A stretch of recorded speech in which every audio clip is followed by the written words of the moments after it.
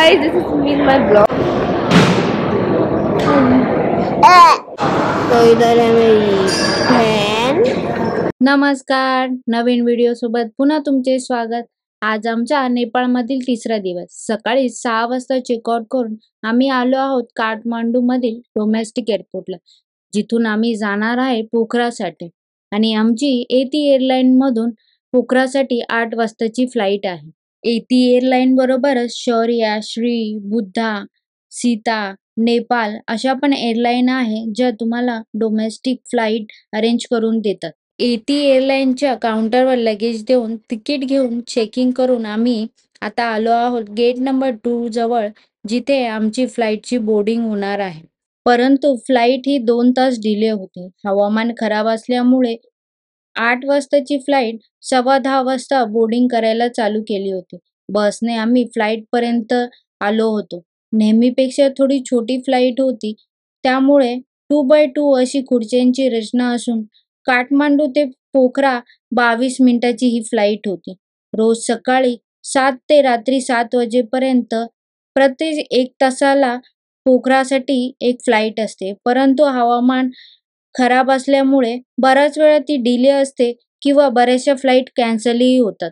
Flight जरी 22 मिनिटाची असली तरी फ्लाईटमध्ये येताच पाणी, कानात ठेवण्यासाठी कापूस व चघळण्यासाठी लिमलेटच्या गोळ्या देण्यात येतात. 22 मिनिटाच्या प्रवासानंतर आम्ही पोखरा एअरपोर्टवर पोहोचलो. लगेज पिक पॉइंट जवळच असल्यामुळे फ्लाईटमधून उतरून आम्ही चालतच लगेज घेण्यासाठी पोहोचलो. पोखरा हे नेपाळमधील मुख्य टुरिस्ट पॉइंट असल्यामुळे पोखराला येण्यासाठी काठमांडूवरून फ्लाईट व बस असे 2 पर्याय आहेत. बसने तुम्हाला पोखराला पोहोचण्यासाठी 10 तास लागतात.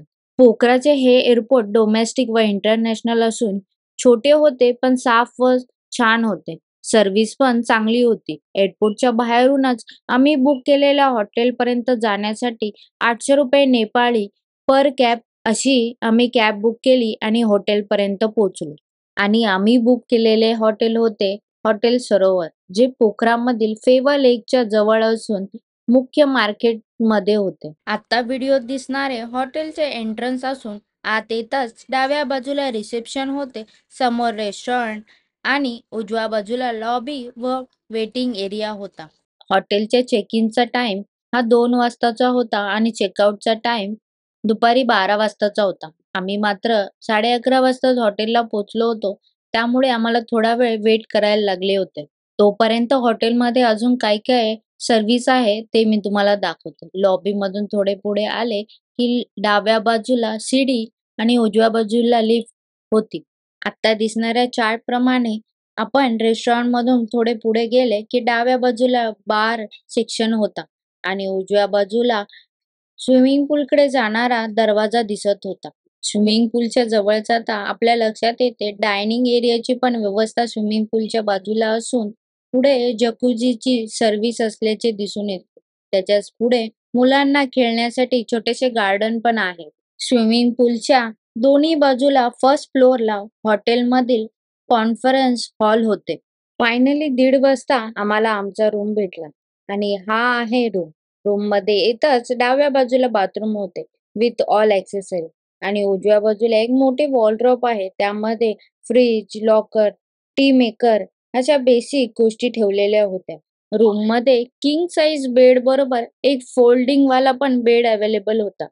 त्याचबरोबर एसी, टीव्ही, टी टेबल आणि 2 खुर्च्या पण प्रोव्हाइड केलेल्या होत्या.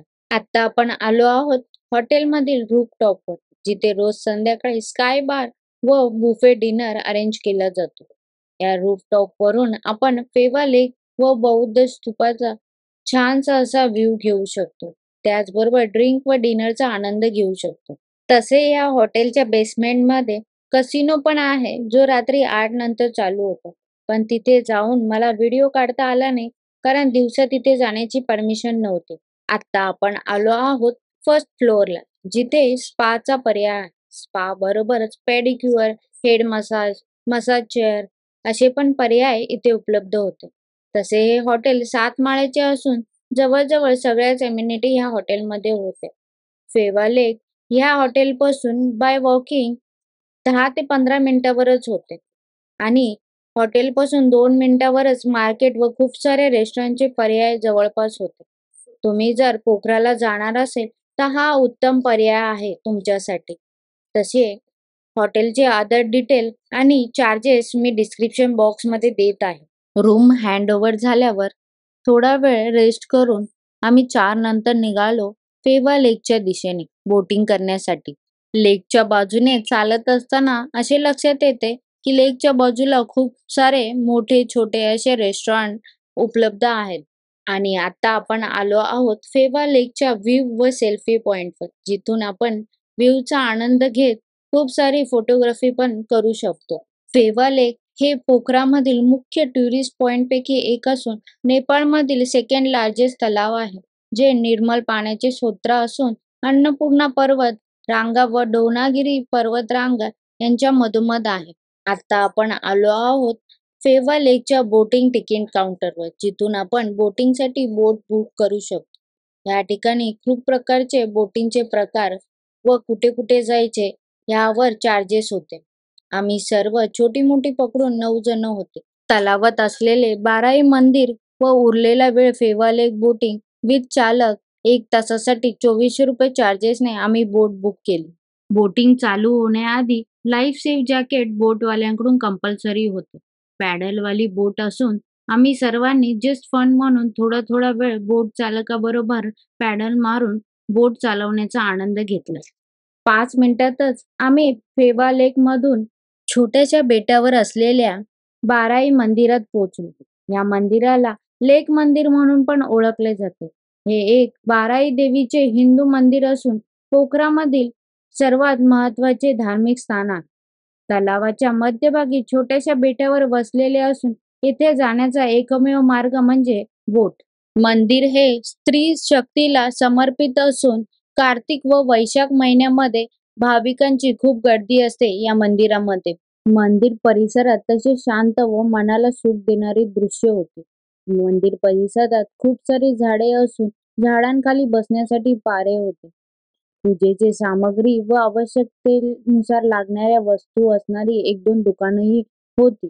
छानसे असे दर्शन करून आम्ही मंदिराचा निरोप घेतला आणि पुन्हा बोटिंग करायला सुरुवात केली. लेक फिरता फिरता सनसेटचा व डोंगर रांगांच्या दृश्याचा आनंद घेत 1 तास कधी संपला हे कळलेच नाही. संध्याकाळचे जेवण आम्ही राहत्या हॉटेलमध्ये न करता लोकल थाली ट्राय करण्यासाठी मार्केटमध्ये असलेल्या मंत्रा रेस्टॉरंटमध्ये पोहोचलो. नेपाळमधील थकाली थालीचा आस्वाद घेत आम्ही तो दिवस संपवला. दुसऱ्या दिवशी फ्रेश होऊन ब्रेकफास्ट करून सकाळी 10 वाजता आम्ही पोखरा एक्सप्लोर करायला निघालो आणि आमचे पहिले ठिकाण होते पुंदीकोट मधील शिवमूर्ती. गाडी मंदिरापासून 10 मिनिटं आधीच पार्किंगमध्ये ठेवून आम्ही चालतच मंदिराच्या प्रवेशद्वारापाशी पोहोचलो. नेपाळमधील पुंदीकोट मधील ही शिवाची दुसरी सर्वात उंच मूर्ती आहे. प्रवेशद्वारातून आत येतच डाव्या बाजूला एक मंदिर असून शिवमूर्तीकडे पाहत असलेल्या नंदीची भव्य अशी सोनेरी रंगाची मूर्ती आहे, जी आकर्षक व सुंदर वाटते. त्याच्याच पुढे पाण्याच्या वर्षावाखाली एक शिवलिंग आहे. तिथून पुढे गेले की काही पायऱ्या चढून वरती गेल्या महादेवांची उंच मूर्तीचे दर्शन होते. मूर्तीच्या भोवती 108 शिवलिंग आहे.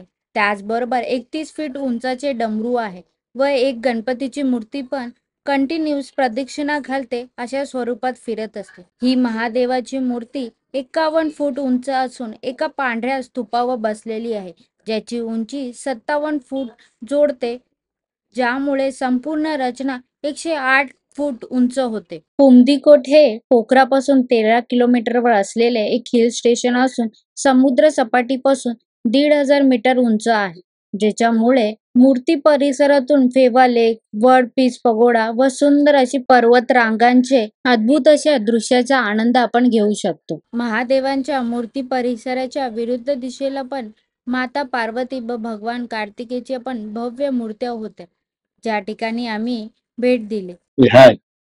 So we are in the dream city. I'll enjoy. तिथेच बाजूला एक अम्युजमेंट पार्क पण होते, जिथे आम्ही जाण्याचे ठरवले. पर पर्सन 450 रुपये तिकीट असून 8 ते 9 ऍक्टिव्हिटी आतमध्ये होत्या. त्याचबरोबर वेगवेगळ्या प्रकारचे फोटो पॉइंट असून शेवटी आम्हाला काही स्नॅक्स पण देण्यात येणार असे आम्हाला सांगितले. आतमध्ये एक प्रोफेशनल फोटोग्राफर पण होता, जो प्रत्येक ठिकाणी तुमचे फोटो काढून सर्व फोटोंची सॉफ्ट कॉपी व 2 फोटो फ्रेम करून देण्याचे 1000 रुपये चार्जेस होते. या पार्कमध्ये सुरुवातीला एक मिरर एरिया होता. त्याच्यातून पुढे आले की एक भुलभुलैया एरिया होता. त्यातून बाहेर पडले की सायकलवर फोटो काढण्याचा पॉइंट बनवलेला होता. नंतर एक लोटस राईड पण होती. पुन्हा परत 5 ते 6 फोटो पॉइंट होते. त्यामध्ये hot balloon, Eiffel tower, glass bridge आणि एका ठिकाणी हाय पॉइंटवर दुर्बिणीतून पर्वतरांगा पाहता येईल अशी दुर्बीण ठेवलेली होती. अजून बालीला जसा झोका असतो तसे 2 झोके पण होते, पण ते तिकिटात इन्क्लूड नव्हते. त्याचे एक्स्ट्रा चार्जेस होते. आणि रेस्टॉरंटमध्ये स्नॅक्समध्ये आम्हाला मिक्स भजी आणि फ्रेंच फ्राय देण्यात आले होते. तसे चार्जेसनुसार थोडे महागच अम्युजमेंट पार्क वाटत होते. तसे बघायला गेले तर आतमध्ये 2च राईड होत्या आणि बाकीचे फोटो पॉइंटच होते. आता व्हिडिओत दिसणारे ठिकाण हे वर्ल्ड पीस पगोडा इथले असून इथून वॉकिंग 10 ते 15 मिनिटात आपण त्या ठिकाणी पोहोचू. परंतु अम्युजमेंट पार्कमध्येच आम्हाला 1.5 ते 2 तास लागल्यामुळे उशीर झाला होता. त्यामुळे हा पॉइंट आम्ही स्किप करायचे ठरवले. तसे पण इथून सारखाच व्ह्यू पॉइंट होता आणि आमचे पुढचे ठिकाण होते सारंगकोट. सारंगकोट हे एक व्ह्यू पॉइंट असून सूर्यास्त व सूर्योदय पाहण्यासाठी प्रसिद्ध आहे. त्याचबरोबर हिमालयन पर्वतरांगा जर वातावरण साफ असेल तर इथून स्पष्ट दिसतात. पोखराचा टॉप व्ह्यू आणि ॲक्टिव्हिटीमध्ये पॅराग्लायडिंग व पॅरामोटर झिपलाईन या ॲक्टिव्हिटीसाठी खूप प्रसिद्ध आहे. आता व्हिडिओत दिसणाऱ्या व्ह्यू पॉइंट पर्यंत पोहोचण्यासाठी आपल्याला कुठल्याही प्रकारचे चार्जेस नाही. इथे एक मंदिर सुद्धा आहे. अजून काही पायऱ्या चढून पुढे गेली की व्ह्यू पॉइंट टॉवर आहे, जिथे जाण्यासाठी 20 रुपये पर पर्सन चार्जेस आहे. आता एवढ्यातच हा उभारण्यात आलेला असून इथून दिसणारे व्ह्यूचा काही तोडच नाही. पेवा लेक मधून पण ट्रॅकिंग करत या ठिकाणी आपण पोहोचू शकतो, ज्याला 1.5 तास लागतात. हा व्ह्यू पॉइंट समुद्र सपाटीपासून 1600 मीटर उंच आहे. सारंगकोटला येण्यासाठी तुम्हाला पोखरामधून बाईक व टॅक्सी रेंटवर इझिली मिळते. खूप साऱ्या फोटोग्राफी नंतर आम्ही सारंगकोट मधून निरोप घेतला आणि आमचे पुढचे ठिकाण होते महेंद्र केव्स. महेंद्र गुफा पोखरामधील प्रसिद्ध ठिकाणांपैकी एक असून पोखरापासून 7.5 किलोमीटरवर आहे.